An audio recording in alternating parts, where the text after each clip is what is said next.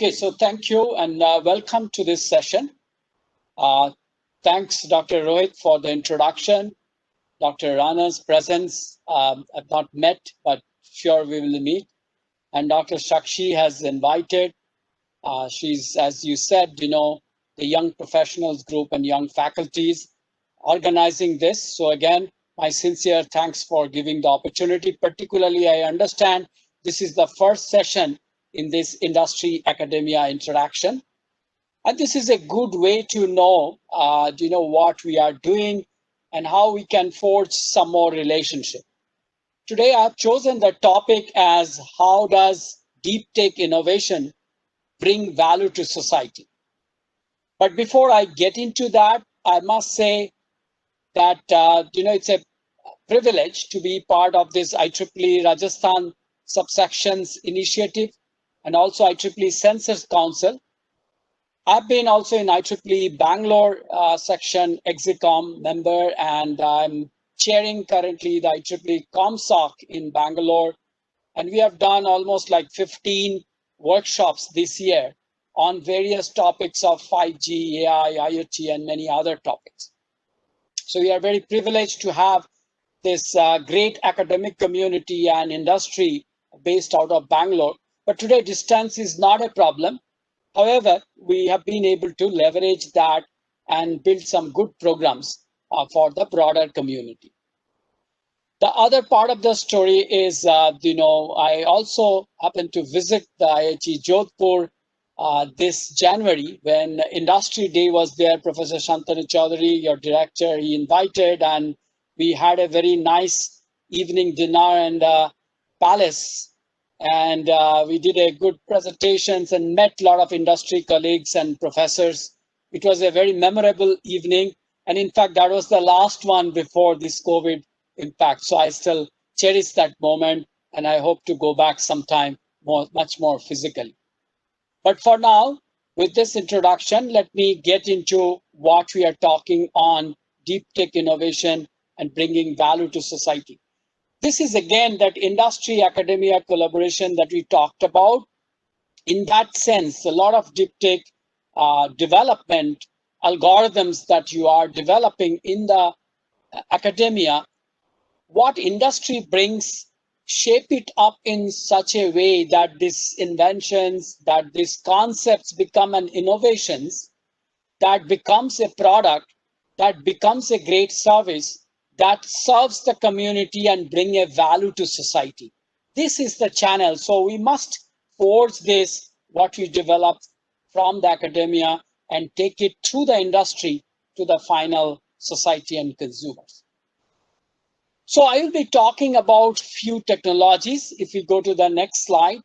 So it's just a glimpse. I know it's an evening thing, so I have not tried to make it very heavy, but we are into the technology world.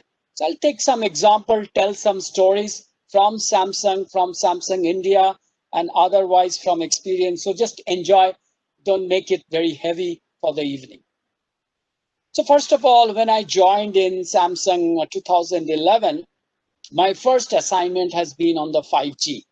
And I thought, we should start doing research. 2010, some people started, but we gave a good shape, starting with 2 people, and then grew into very quickly by 12 into a bigger team. And we said, our US counterpart was working on the physical layer, and Korea was doing a lot of network and the systems. And we focused on the MAC layer, media access control layer. And in next 3 years or so, we filed many patents. That time, even the standard was not there. But we said, first, let us file. The interesting thing was earlier, all these 5G has been on a 3 gigahertz and 4 gigahertz, this band of 2 to 4 gigahertz range in different, depending on different countries. But we said in the 5G, there would be a sub 6 gigahertz. And then we go into 26, 28, 38 kind of gigahertz and how we can build products. So it is an interesting journey how we did research. And then we started making prototypes. And the first set of prototypes was quite big, because it's like you had to carry like with a trolley.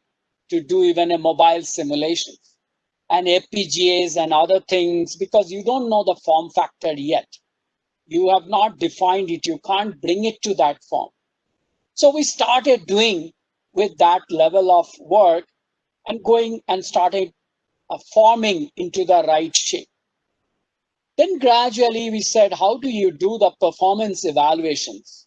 Yes, one is basic things. As you know, in 5G, we talk about speed, like the throughput, what kind of data rate will be there. And obviously from 4G's context, we wanted to do 10x. The latency that used to be there, can we divide by 10 or maybe 100? We used to do only people-to-people communications in 4G, but we said, can we do now in 5G human-to-machine communications? Obviously, the earlier release did not have that, but recent releases of 16, 17 of the 3GPP standard are talking into that direction. Then we started testing. How do you do handoff? And pedestrians traveling first do their, then some slow moving vehicles, then some high moving vehicles, cars, trains. That's how we move. So the one that you see on picture is something around 2015-16 in UK. We launched this 5G wireless fiber at home. That was a trial run 2016 with a vendor operator, and said, can we bring some high-speed internet and video on demand at home? So in the window, you can see the 5G CP and what are the access units.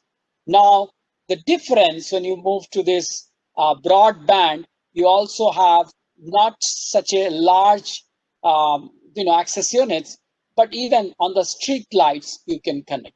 So street lights are starting to serve as a pedestal for these access units, and they can communicate. So this way, we started thinking 5G as backhaul, but also penultimate mile, and also the last mile to home. So that smart home, smart city, all these you can integrate and do it. So this was the first step. If you move to next slide, then you can see how the trains, we first tested on the trains, trial to full service on 5G train. This was in Japan, and 5G CP we tried, and 5G base stations, as you can see, your Wi-Fi access points, 5G CP and base stations. Because now you have metals and the train body, can it penetrate or not? Obviously, the millimeter wave is supposed to be penetrating through different kinds of metals, but you have to test it out and see at what speed we can do. So around 17, 18, we tried on these 160 kilometers per hour first, then even on kind of bullet trains, can you still do handovers, right?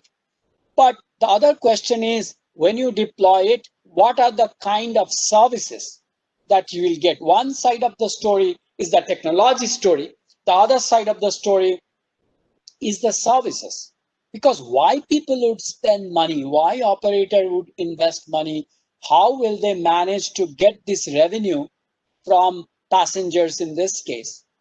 So we looked into the services and say, for passenger, you get internet on board, you get some passenger assistance and informations, which station is coming next, what kind of food vendors are available a few stations ahead, and probably you can even order. Entertainment, movie and TVs, because if it's a long distance train, possibly these are good things that you can do and download at high speed. 5G's beauty, just to tell you what's the difference between 4G and 5G, a movie that takes an hour to download in 4G, that takes 2 seconds to download in 5G, if you have the full coverage, right? Now, add a little bit of, not so great idealistic situations, maybe 10 seconds, maybe 20 seconds, you download a full movie. So here, you can have that entertainment. Also, not just for passenger, for train operator, I can see security. train control, crew assistance. These are great examples through which we can give a service in the 5G train. If we move to the next slide, then I can talk a little bit more about how the future is holding. These are already in place. You may not be knowing, but already 100 different operators have deployed 5G. Yes, we have not yet done in India, and we will hopefully be doing in 2021. We had a goal of doing this year with the operators, but some financial stress, some COVID situation, some spectrum issues that we needed to resolve with space department. But I think all are progressing, and we are hoping that second half of the year we'll get this in our country. But many other countries have already deployed. We did in 2018 end, 1st December, I believe. We deployed from Samsung as a B2B solutions in a factory where there is spare parts getting built, and you can see now through the camera if a spare part has a defect. Now earlier this is to make the full product and then you will be throwing it out at the last stage, or you may not be able to detect. Now it can see with the low latency, high speed throughput, it can stop at that point when it is found to be defective. And then we have taken it to many other operators in Korea. March 2019, we kind of deployed 3 operators together nationwide. US, Canada, many other deployments. But what this slide shows is what is the future ahead? What are the other kind of applications? For example, high definition map update. If you are going at high speed, you need to have that no lag map update. This is a good application. Remote driving. Recently, I read that one of the building in Asian countries, needed to be bulldozed. It was in very dilapidated conditions, and the bulldozer is obviously in that country, but the operator was sitting in Germany, and they operated from there virtually. It's a remote driving or remote monitoring and operating, and made sure that the whole building is dilapidated and broken. You have an example of connected traffic light, right? So the traffic lights can have their synchrony and can communicate from one traffic light to the others. If somebody has violated, it can go to the police ahead of the things that this car has violated here, and they would be caught maybe somewhere in the front. On the left that you can see vision camera LiDAR sharing. This is interesting, and also from Samsung we have already demonstrated with a truck. Like sometimes, if you have a big truck running and you are behind, you are driving, but there is a car in the front and you want to overtake this truck, but you don't know how it looks in the front. So now I think in a couple of years it may become mandatory that if you are a bigger vehicle, you have to project what you see in the front, you have to project it in the back. So you'll have a display and you have to show that the front car is there and where is it. It will become like your duty, quote unquote. I don't know when it will come, but these are the directions in which people are going to cooperate, to have collaborative driving and inform, and V2X uses 5G and it can take it into various directions to have communications between car to car. And there are sensors. If you know all of these cars, you are in the census councils, the car used to be having a few electronics, like let's say 20 years back, 25 years back, it used to be 2% of electronics. Today, I think it's 25%, 30%. The higher end cars even maybe a little higher in terms of sensors and electronics that is there.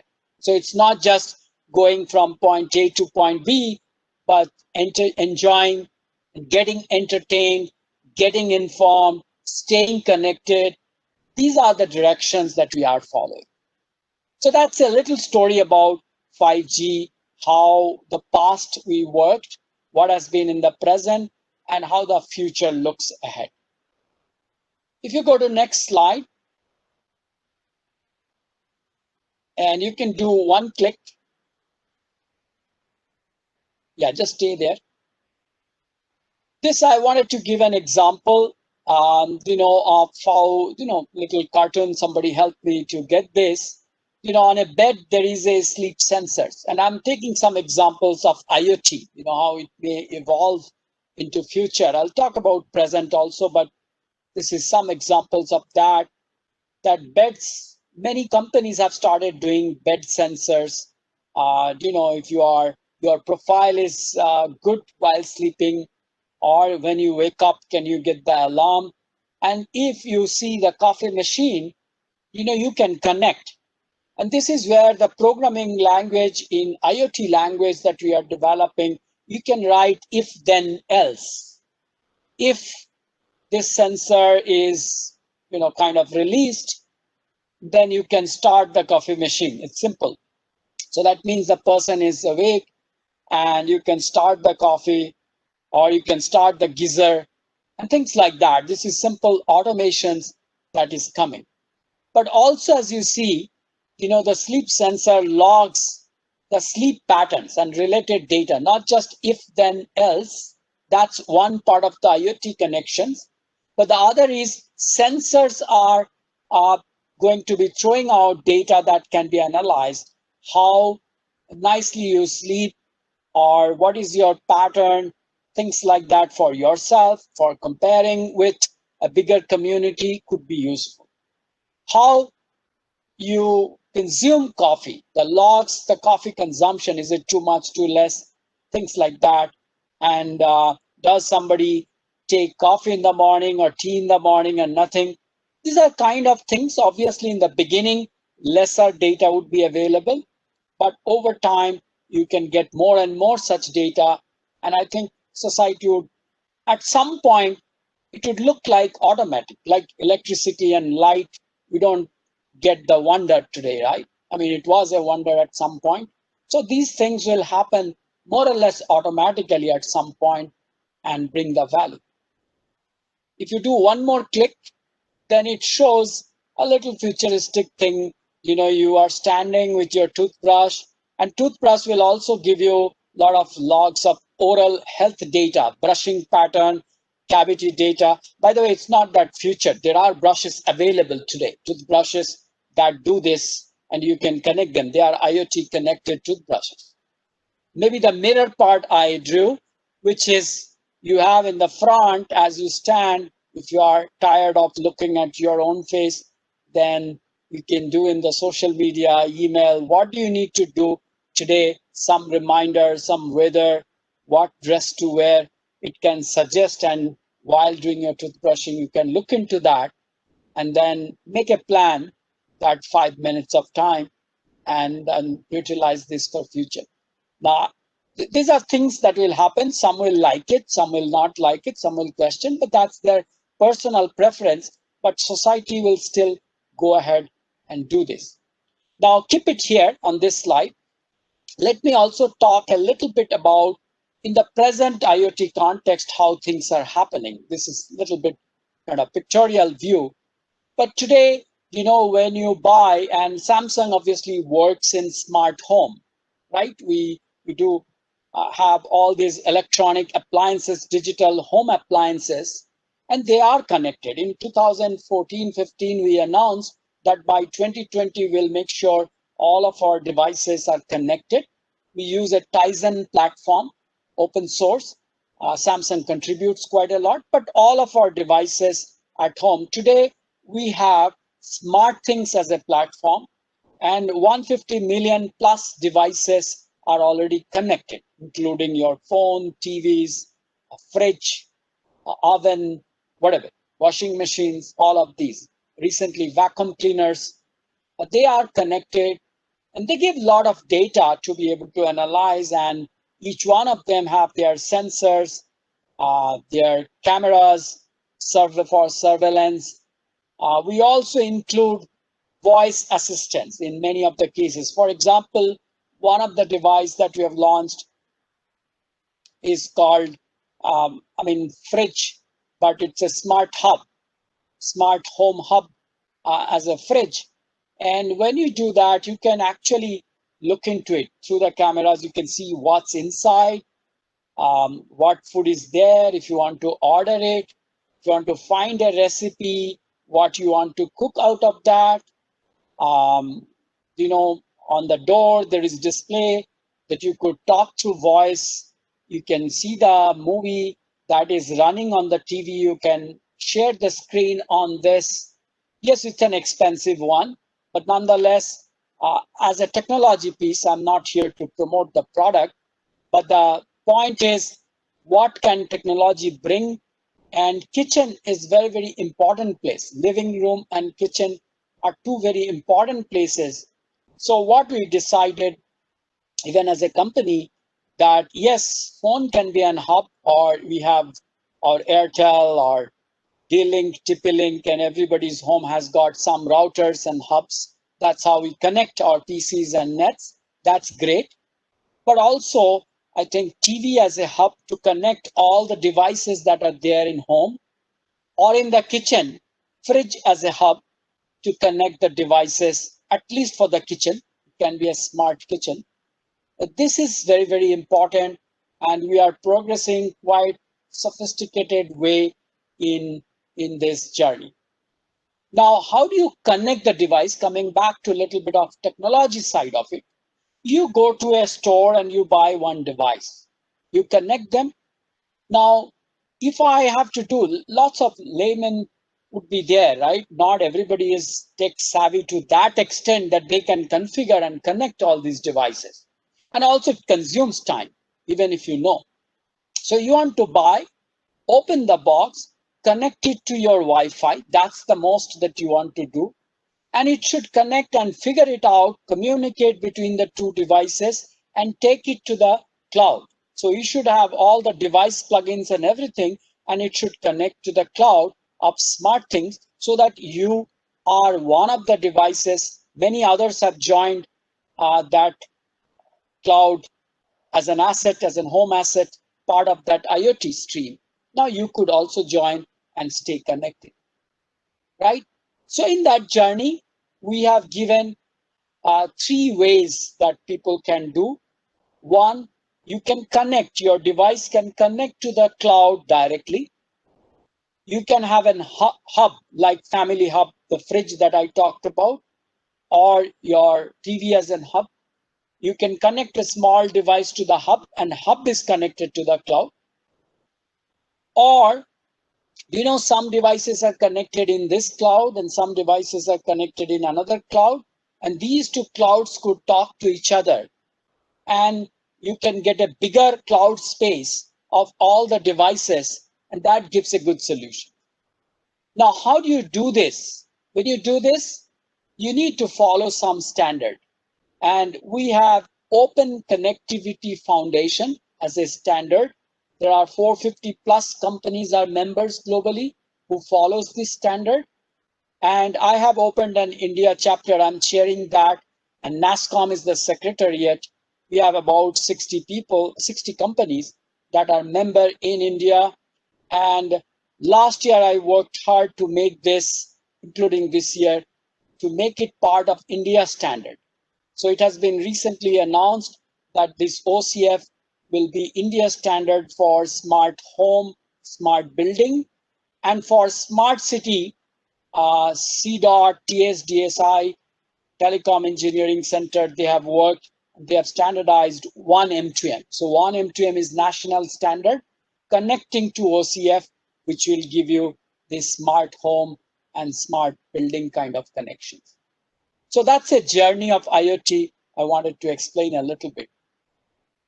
If you have got this, I'm ready to move on to the next slide. And please keep your questions in the middle and we'll take it at the end. So this is another example I wanted to give from different world. Cricket. India is, always excited about this, IPLs and many other things. The bats, sometime back, they have been, they have been made sophisticated with some of these sensors, and they're part of the IoT stream. Recently, an Australian company by name Kookaburra, created this ball. And this ball have your accelerometer, your gyroscope, and magnetometer all inside, whatever is needed. And these are sensors. These, if you connect, then you can see the speed of the ball, the spin of the ball, the directions, all of these could be plotted. And yes, people are doing other ways through visions, but these balls could give it. And then if you have a cloud and you run the machine learning algorithms there, all these data each time is going, and you could analyze, and real time you could show the pictorial view of how the ball went, how the hit was there, why was he out. And it makes things much more interesting for novice players to learn to get coached in the right direction, for even the expert players to make their strategy against the others. The mistakes of your competitor gives you the clue what you could do with that while batting or otherwise. So this is an interesting things, and they have submitted to Australian Cricket Board and Regulation Committee. I think by a short time it will be approved to be part of the game, possibly. And I don't know which all games would include it, but that's a direction in which things are happening. So we can move to the next slide and see. So I give here some examples of the immersive services. This is again going back. I talked a little bit of technology, whether in the car context, in home, in even the examples that I just gave on the cricket. But these are a few other examples. I'll not get into details, but just for you to know and get excited. Sometimes you develop things, but you need to know why you are doing it and how it can be helpful. So it's a motivation in that way. There are a lot of different mobile devices are coming in different form factors. Samsung has launched also foldable, flippable phones, and many more things will come. You can see here in the picture different form factor. We have our wearables, hearables as buds, and they will integrate your voice assistants that you could talk. The camera would be inbuilt and you can see. So our ability of seeing, sensing could be augmented by these devices. And I'm sure they will create newer opportunities and newer empowerment for us. Initially, we bought the technology for little disadvantaged people, but I think even the normal people would be liking to boost their power through these nice little gadgets. And they could be on device, they could be on the cloud. You see on the right side, real-time interactive game. When you bring 5G, the interactivity grows because the latency is low. Therefore, you can do it. In 4G, you could not have done interactive games. On the left side top, you can see ubiquitous healthcare. Can we send a picture from one to the other? And you can see that remote provisioning is very, very important. We have less doctors. People cannot travel, go to hospitals. So how can you bring ubiquitous healthcare? There are technologies that are evolving. And UHD that has so high resolutions, it's there in the TV, but now also coming in the phone. And you can do video streaming very, very nicely. So these are some excitements that what people are building. So on one hand, you can see high-end entertainment kind of applications, but in the middle, as you can see, smart map navigations. If suppose there is a natural calamity, flood, or some other earthquake, the first thing that gets hit is the telecom poles, right? And you are down. When you need most, you are not going to get that service. And so the whole idea is, can I form an ad hoc network immediately by drones or other mechanisms, and they could serve whoever needs that service. So immediate deployment of a small ad hoc networks to help these people to take that out where telecom normal services are already jeopardized. You can move to the next slide, and I'll give one example here, which is happening, and it's a drone service. Even in India, there is now a lot of work that's ongoing. There is approval through the DGCA. Some of these parcel packets by the Flipkart, Amazon kind of companies, it has already started as experiment. There are policy governance that is happening. We have also done in our campus and some of the university campuses. University campus is nice because it's kind of within the boundary, it doesn't affect the outside to do such experiments. So we recently did some work with KLE Hubli in their campuses to take some 3D views of statues and other things, and good student projects with the teachers' involvement. But here, you can see the drone delivery of parcels from shore to ship. And this is interesting because as you can read it, maybe you cannot read too much, but it doesn't matter. You get the order, number one. Number two, you are in the shipping port and the agent, they book some service. And you can see the skyscraper. This is from Singapore. From that skyscraper to the steamer. Earlier, if you had to bring some parcels, you had to bring a boat, and from carbon emission standpoints, the time taken is much larger. And sometimes it's a small packet, but you have to send a big boat. Now the drone can come from there. You can see the Marina South Pier Beach on the other side. And it comes to the ship just by the drone, and then it drops and then goes back. Now, I'm not getting into technical details. We just did a very big UAV workshops through our IEEE ComSoc Bangalore along with VTS, where we talked about it. I'm sure the video will be also available. Very nice detailed discussion, step by step. We took it, what the standards are and how it is getting evolved. So if you are interested in this space, I'll encourage you to listen to our video for further learning. So with that, let me go to the next slide. So drones I talked, but this is again another future things. I don't know, it's not too far future. There are things, the farms that we are talking, how to make the agriculture productivity boosting. There are obviously other things in that in terms of, the water management, in terms of the whole farm management. But this is a nice picture. I borrowed it from a website. This is not our work. So you can have these survey drones who are looking into it. Aerial drones survey the fields, map the weeds, yield, soil variations, and then they spread some pernicious weed, black grass, could increase the white and the wheat yields by about 2 to 5%. Then there is a set of fleet of agrobots that go around. They are specialized for that. They do the weeding, fertilizing, harvesting, and they can reduce your fertilizer cost significantly. You have smart tractors that are GPS controlled steering. They can do some route planning. If you have a big farm, then you can do it. This gentleman is sitting here, farming data, is looking into all of this. And even this texting cows, again, you are into the sensor council.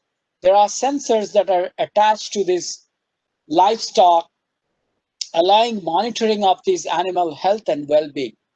And if somebody is monitoring and he's a single man show and such a big farm, and if, let's say, cow is not well or begging for delivery, you could get that information and actually get a text effectively while you are sitting, and then you can come and address this.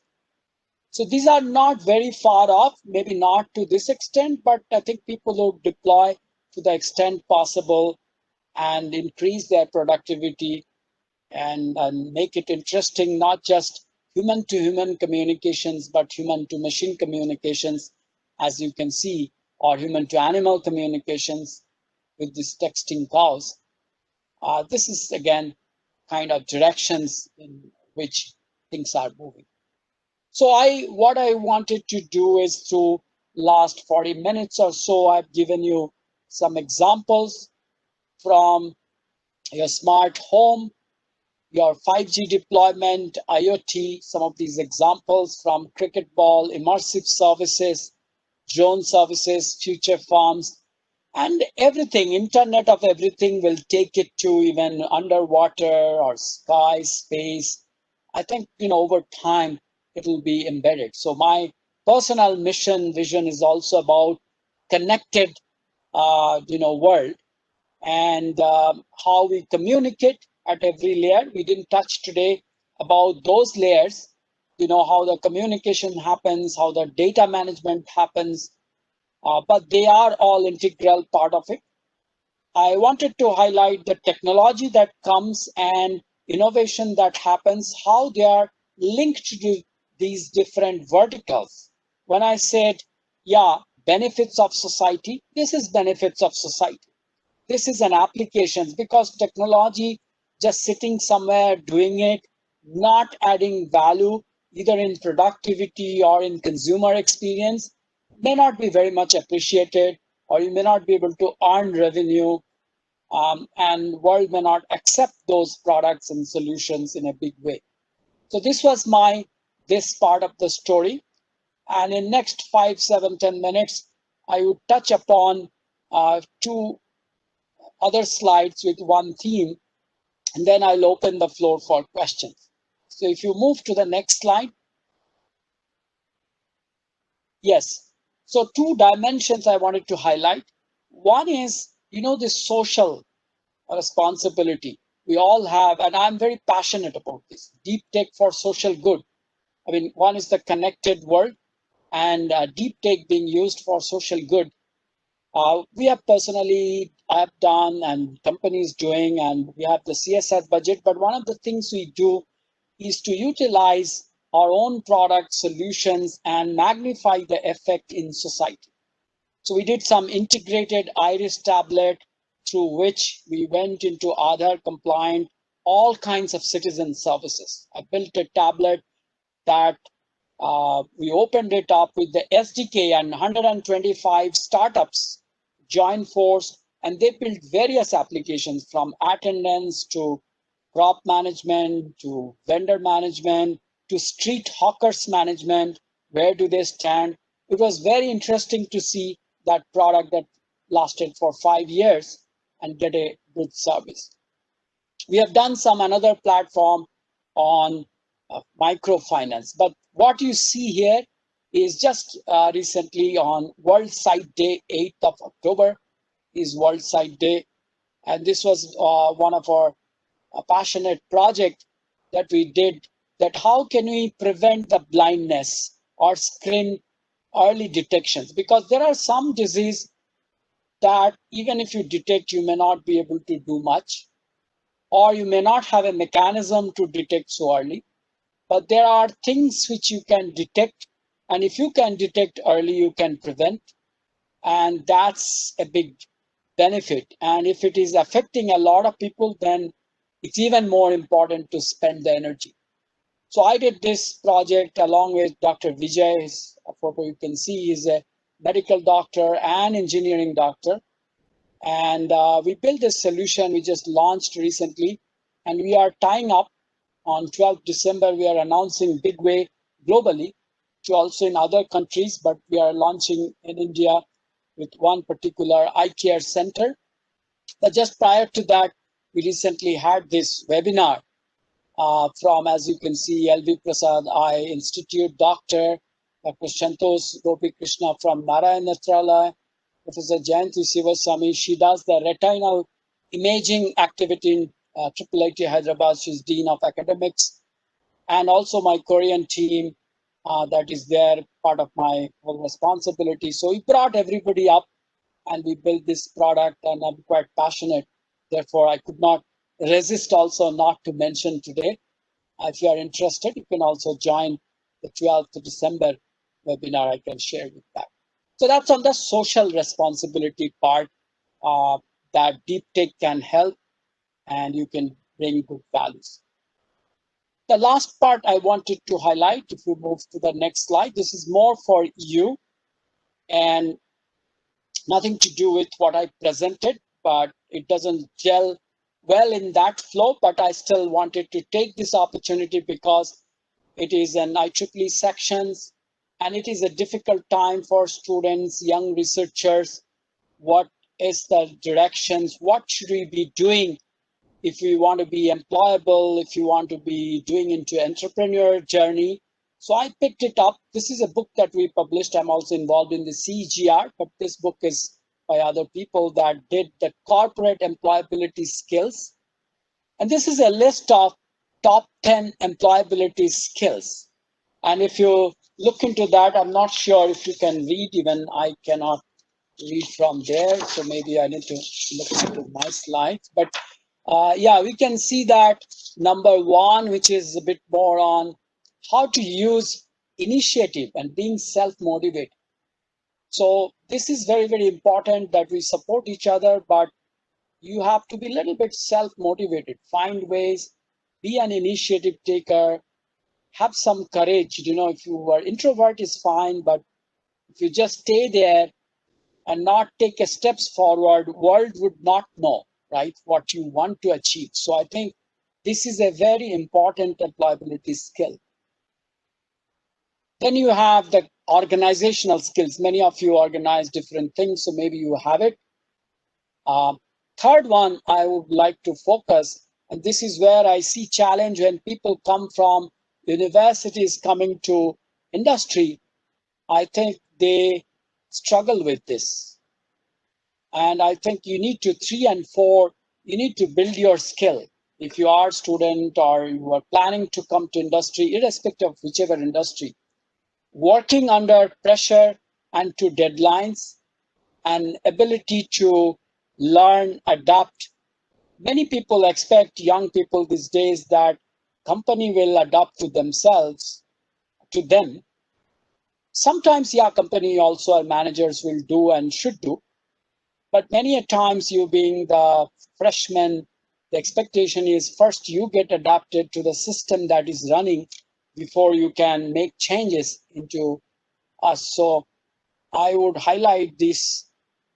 Please take note and build some skills around this if you want to be successful in industrial setup. 5 is communication skills.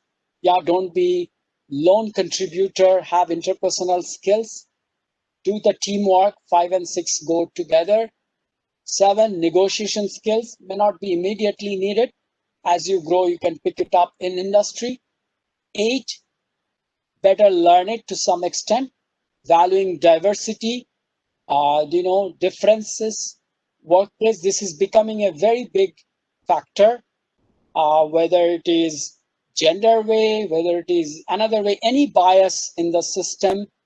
And it's even more important not to make it a fair system, but also as we develop AI systems and things, these ethics, these fundamental values would matter what we build also for future, for other systems. So I would encourage you to develop this skill, number 8. Number 9, I'm sure if you are in IIT or Premier College, you know problem solving skills you have, lateral thinking, and numeracy and IT skills you have. So 3, 4, and 8, I would draw your attention to get some skills developed. And 5, if you are a little bit needing improvement in communication skills. So that's my message for you to build. And I will conclude with the last slide. If you go to the next, just to bring how the world is changing.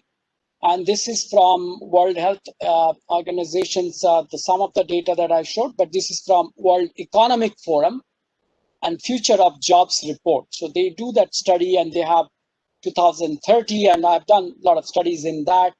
That's another time, but how things have changed from 2015, the top 10 skills, to top 10 in 2020.